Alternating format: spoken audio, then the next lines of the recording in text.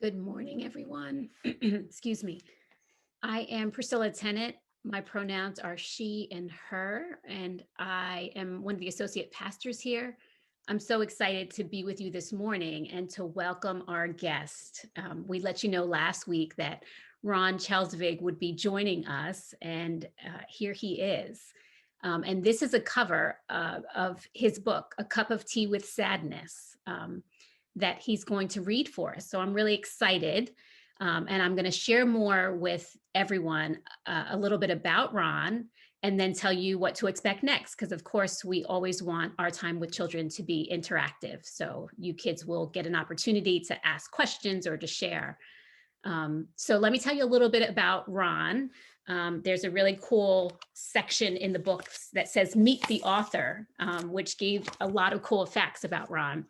And just so you know, the way that this all came about was that a teacher on Facebook who I know said they had shared the book with their class and there was such a great reaction. So I texted Ovid and said, I think I want to share this book during our time with children. And Ovid said, I know Ron. Ron's a great person. So that's kind of all the endorsement we need that Ron and Ovid are friends as well. Ron Chelsvig is working on becoming the best human he can be.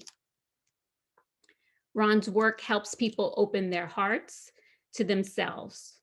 Ron was born in Story City, a small farm community in Iowa, where his love for writing stories and drawing pictures started with the encouragement of a kind-hearted elementary school teacher. Hopefully you have some of those too.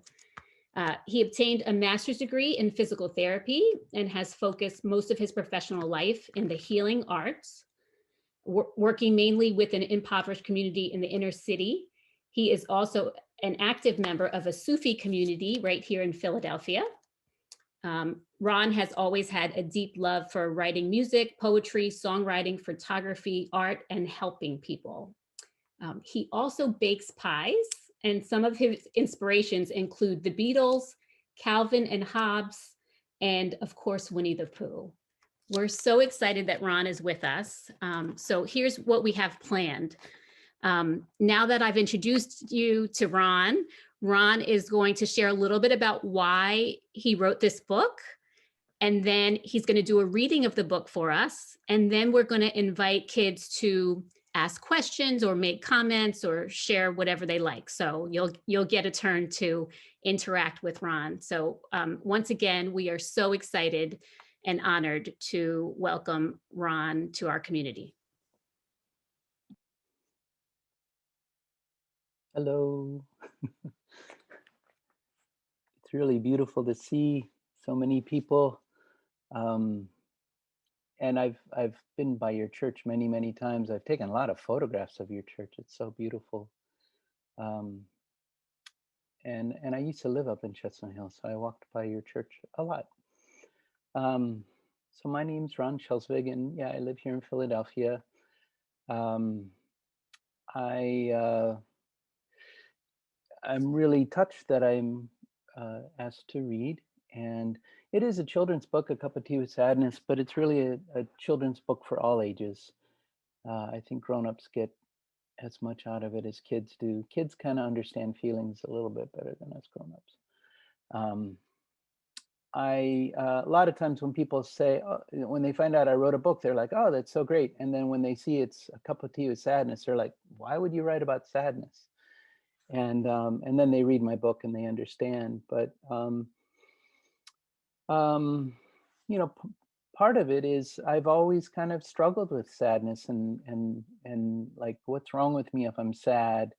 And maybe sometimes when I was a kid, if I was sad, my parents would be like, what do you have to be sad about, kind of things. And I had very loving parents, but I kind of learned that like maybe there's something wrong with me when I'm sad. So I've always avoided sadness. And then one day I closed my eyes and I kind of pretended that I invited sadness in for a cup of tea. So I will read my book now. And this is, I gotta put my hat on. So pretend you're back in third grade or first grade and your teacher's reading you a book. A cup of tea with sadness. I printed this out so I wouldn't have to turn my neck too much. So this begins my book. Healing is a process of loving those parts that are hurting.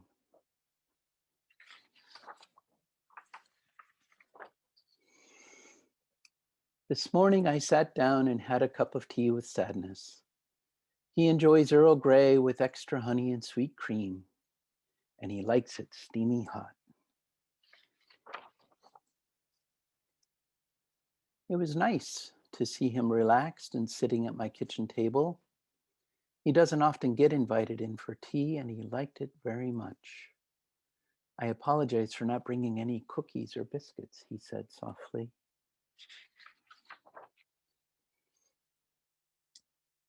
I'm sorry for avoiding you all these years, I told him. He listened and seemed to understand. He asked for more honey as I spoke with him. Most people don't like me, he said. I feel misunderstood most of the time. He actually was a fine gentleman in his own way. I'm lonely most of the time, he said as he sipped his hot tea. But I can't do anything about that now, can I?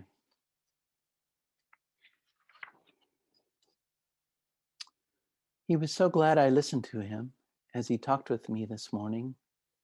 He told me it's been difficult to watch you run away from me all these years.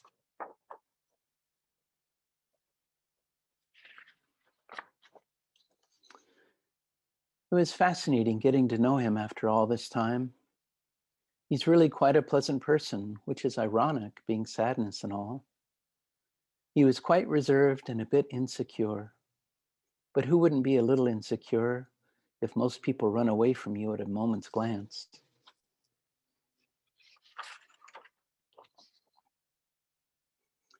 He finished his tea and asked if he should leave. I don't want to be a burden to you, he said. I smiled and poured him another cup of tea instead, and then he smiled.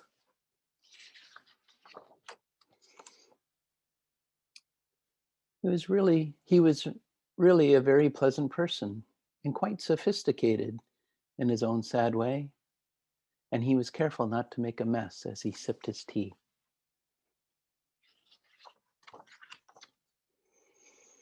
He had few words but asked, "Could we do this again one day?" I nodded and told him, "Yes, now that I've sat with you and got to know you better, I'm not afraid of you anymore." He started to cry but reassured me they were tears of gratitude. Not many like me, you see, but I'm not a bad person, he said.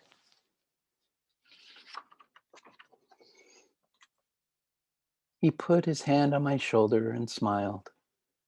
I like you too, he reassured me. I always have, ever since you were a little baby. That made me cry. I'm sorry I haven't talked with you before now, I told him. You are an honorable friend. We finished our tea and said our goodbyes. I'm sorry if I make you sad sometimes, he said. It's okay, I said. You don't make me sad. You just help me feel stuff. I see that now. He smiled, knowing I got it, and put on his coat. I gave him a bright red stocking hat to wear. He thanked me, telling me he liked it very much. I watched him walk happily down the street in his new red stocking hat. I watched as everyone ran away from him. He turned towards me with a shrug and a half smile. Just part of the job, he said. I shrugged and smiled back, saying, I know, I get it now. So that was my cup of tea with Sadness. I'm so glad I made the time to meet him. He really isn't sad at all.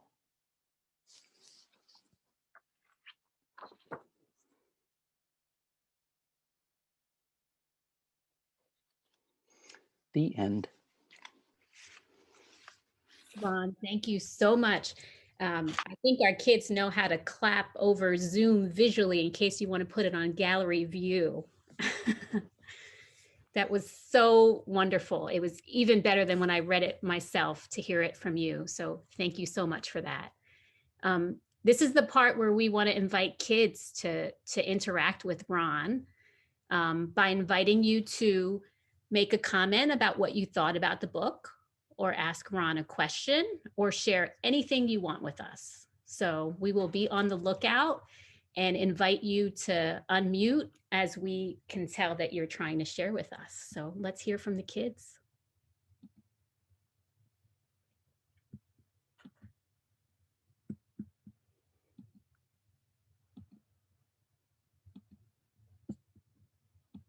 Big kids are invited too.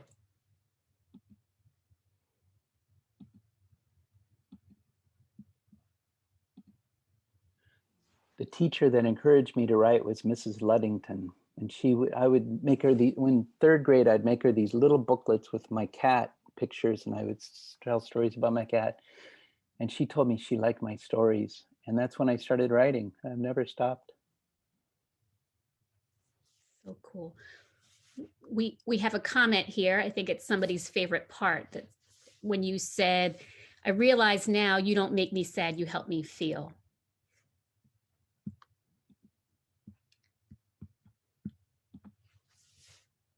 It makes me want to wear a red cap whenever I'm feeling sad, so that people have another indicator of how I am. Love it. Oh, I see a hand. Kathy, do you want to unmute yourself?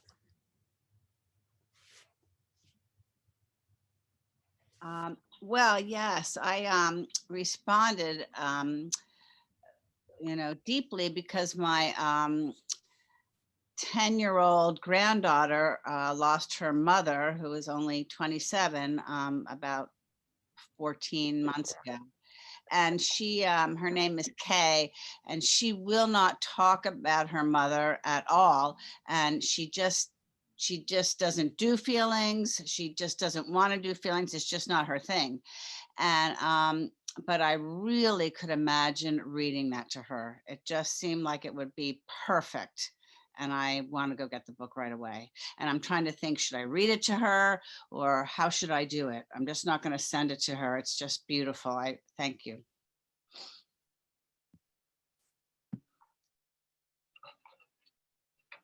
Thanks for sharing, Kathy. I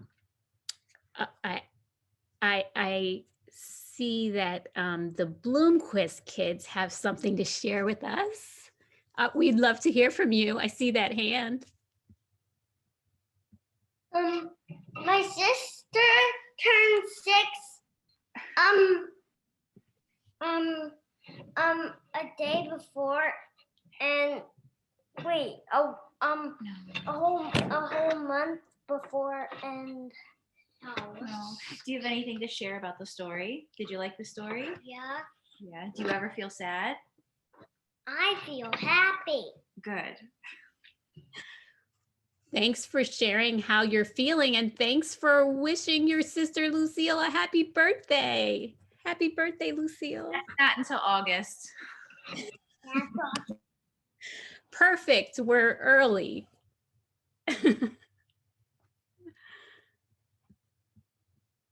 There's some more in the chat. Let's see what we have here. Reese, who's 8-year-old, says, this is a really good book about sadness and emotions. So there's some gratitude there.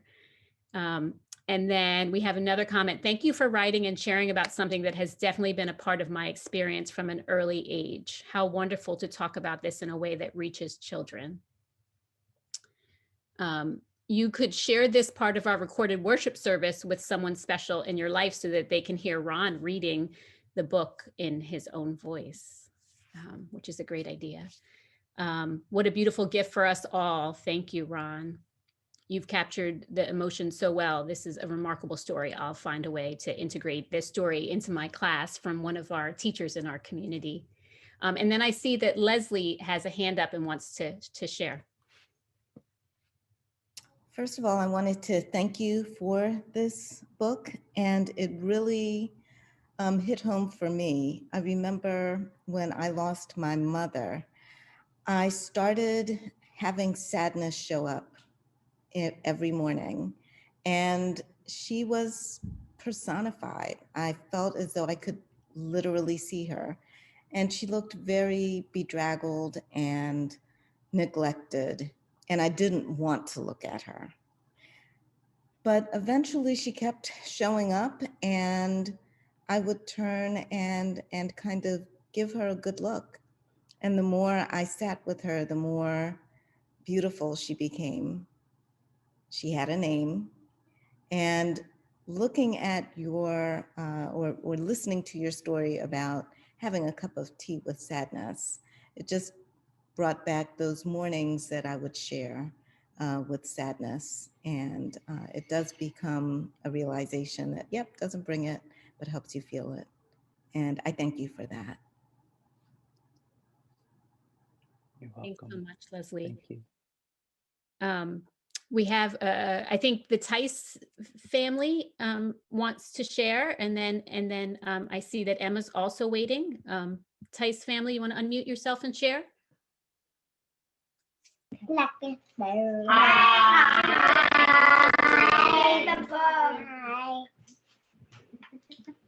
You want to explain? Yeah. Did that really happen? Well, it happened inside my mind. So it was pretend, but it felt real, like somebody inside was really talking to me. So I wrote this story down. You understand what Ron is saying?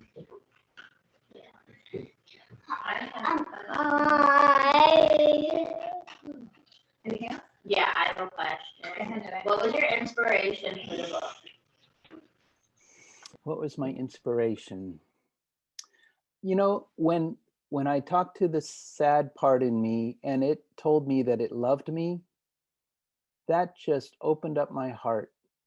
I never thought sadness could love me. And I just saw that it was just a part of me that helped me feel things. And I love sadness. Like now I'm not afraid to cry. And as a man, like sometimes it's kind of hard to, boys, we're told boys don't cry kind of thing sometimes. And I'm much easier with being okay with crying now. I'm just feeling things instead of feeling ashamed for feeling things.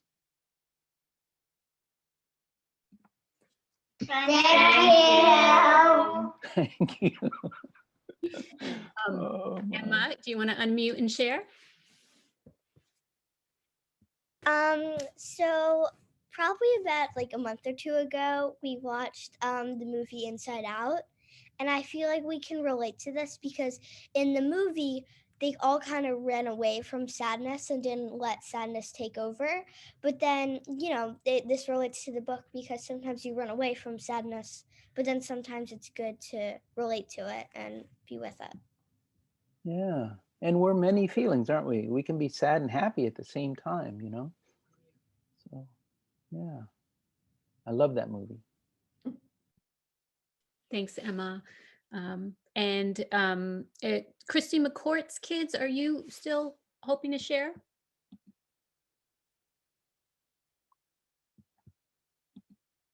Go ahead. Thank you. That's all she had. Welcome. Thank you for being here. And thanks for Reese for what you said earlier. Oh, I think you're on mute. Do you want to come off of mute? That's one of the comments I didn't get to was Ovid sharing, I'll be crying with my unicorn teacup later. So Ron, I want to thank you for the seeds that you've planted. I can't imagine how they will come to fruition in all kinds of ways, even with the kids of some of the people who you read to today and how they'll talk with their own kids about sadness. So we're so grateful for you. And we can say something that we couldn't have said before is that we've heard an author read in their own voice their book. So we're so grateful to you for blessing our community. And we hope that your ministry continues to be blessed. Thank you so much. Thank you, everybody. And it's never too late to heal. And it's all about love. It's all love, love, love, love, love. Love heals everything. Thank you. Thank you.